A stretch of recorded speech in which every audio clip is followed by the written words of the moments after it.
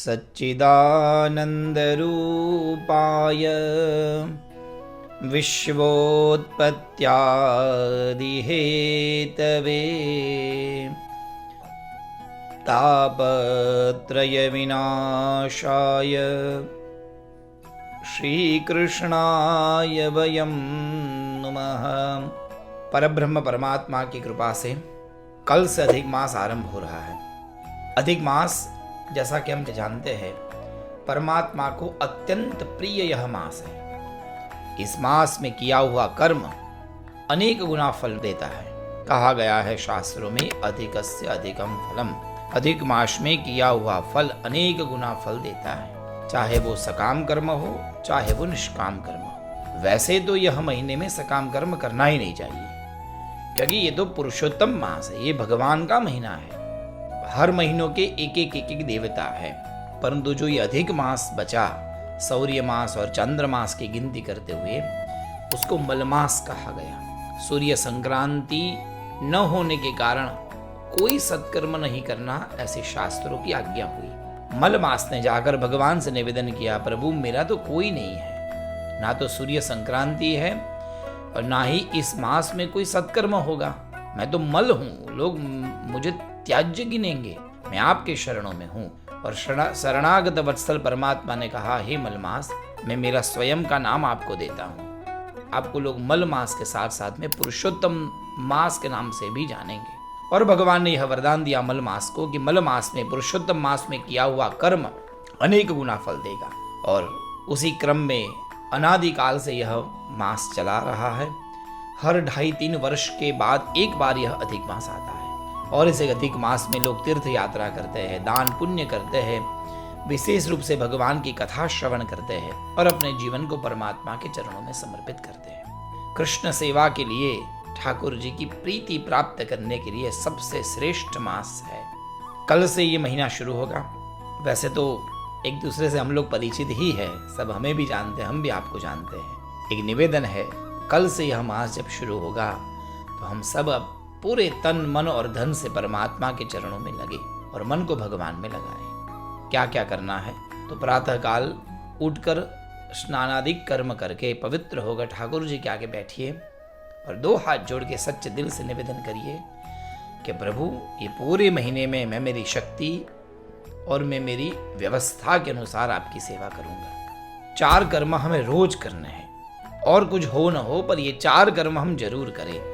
सबसे पहला कर्म ठाकुर जी की सेवा, नित्य उनकी सेवा करें। यदि पुष्टि मार्ग से जुड़े हैं तो ठाकुर जी को लाल लड़ाने के लिए हमसे जितने मनोरथ हो अपने गुरु घर की आज्ञा के अनुसार वो करें। ठाकुर जी की रुचि, उनकी प्रीति बढ़े, ऐसे प्रत्येक मनोरथ ठाकुर जी के लिए करें।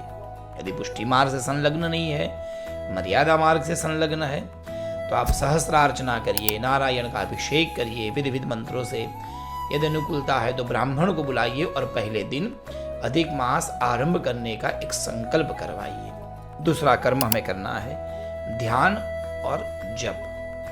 भगवान की सेवा करने के बाद थोड़ा सा ठाकुर जी का ध्यान करें, उनकी अद्भुत दिव्य छटा लीलाओं का स्मरण करते हुए मन को उनमें लगा दें। उनके आगे बैठकर बस थोड़ा सा ध्यान करें। कोई एक मंत्र जो अत्यंत प्रिय मंत्र हो, या तो कोई गुरु के द्वारा प्राप्त हो, ऐसे मंत्र का जाप करें। 12 मंत्र जो है ओम नमो भगवते वासुदेवाय अथवा श्री कृष्ण शरणम मम, या तो अपने इष्ट का मंत्र जितने हो इतने संकल्प करके जाप करें हर रोज।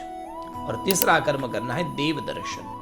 पूरे महीने में नियम लीजिए, आसपास के कोई एक मंदिर में जाकर वहाँ दर्शन करेंगे, जिससे हमारा ये शरीर परमात्मा के चरणों में प्रभु के कार्य में लगे और शरीर भी पवित्र हो। ठाकुर जी की सेवा करने से ये हाथ पवित्र होंगे, अपनी आंखें, अपने कान, अपना पूरा शरीर उनकी सेवा में लगेगा। ध्यान करने से, अनुष्ठान करने से, जप करने से यह मन पवित्र होगा। प्रभु के देव दर्शन करने से भी यह शरीर पवित्र होगा। और चौथा कर्म है दान। वैसे तो शास्त्रों में एक एक दिन पर अलग अलग प्रकार के कई प्रकार के दान बताए गए हैं, वो भी मैं सूची आप तक पहुंचाऊंगा। हर रोज कौन सा दान करना है, यदि अपनी शक्ति है तो करे, और शक्ति नहीं है तो तन निमित्त यथा सा द्रव्य, थोड़ा सा पैसा लेकर परमात्मा के पास में रख दीजिए और पूरा अधिक मास खत्म होगा तो जहाँ कोई गरीब है, कोई अभ्यागत है, कोई ऐसे कोई है जिनको वास्तविक सहायता चाहिए, ऐसे व्यक्ति को अर्पण करें। उत्तम ब्राह्मण को, जो साधक ब्राह्मण है, उन्हें अर्पण करें। ऐसे ब्राह्मणों को देकर अपने जीवन को कृतार्थ करें। कल से अधिक मास शुरू होगा। मेरी एक एक कथा यूट्यूब पर हम अपलोड करके आप तक पहुंचाएंगे। प्रेम से कथा सुनिएगा।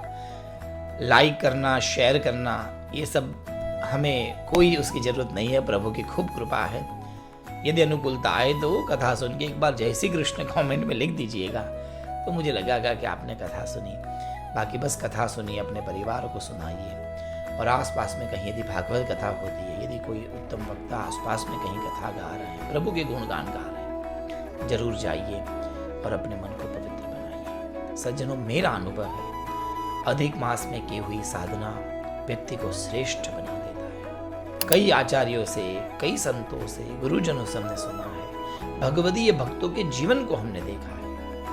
अपनी प्रायोरिटीज को दूर रखकर ठाकुर जी को ही जो अपनी प्रायोरिटी बनाता है, उनके लिए कुछ भी असंभव इस विश्व में नहीं रहता। जिसके भाग्य ठीक नहीं है वो सेवा करेगा, वो परम भाग्य को पाएगा। जीवन में अनेक प्रतिकूलताओं में व्यक्ति जीवन जीता है। जिस दिन ठाकुर जी की कृपा होती है ना, वही प्रतिकूलता अनुकूलता में परिणित हो जाती है। सब कुछ अपने अनुकूल होने लगता है जब प्रभु हमारे होते हैं और हम भगवान के हो जाते हैं।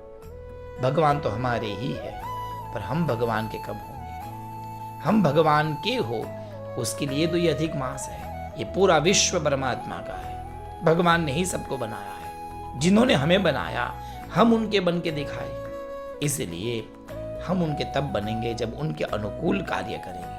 और उनके अनुकूल कार्य करने का यह उत्तम महीना है अधिक मास। कल से हर रोज कथा के माध्यम से आपसे मुलाकात होगी। जरूर कथा देखिएगा। और कथा ही महत्व नहीं है, कथा ही माध्यम नहीं है, कथा केवल साधन है। कथा के द्वारा हमें परमात्मा के चरणों में मन लगाना है। केवल सागर भाई की कथा सुन ली और अधिक मास हो गया, ऐसा नहीं होगा। कथा केवल रास्ता दिखाती है। कथा के माध्यम से हम सत्कर्म करें, हम उपवास करें, हम दान दें, हम यज्ञ करें, हम जप करें, हम तप करें, हम अनुष्ठान करें। ये सब करेंगे तभी अधिक मास हमारा सफल होगा। आइए, हर रोज मुलाकात होगी। अधिक मास आरंभ हो रहा है।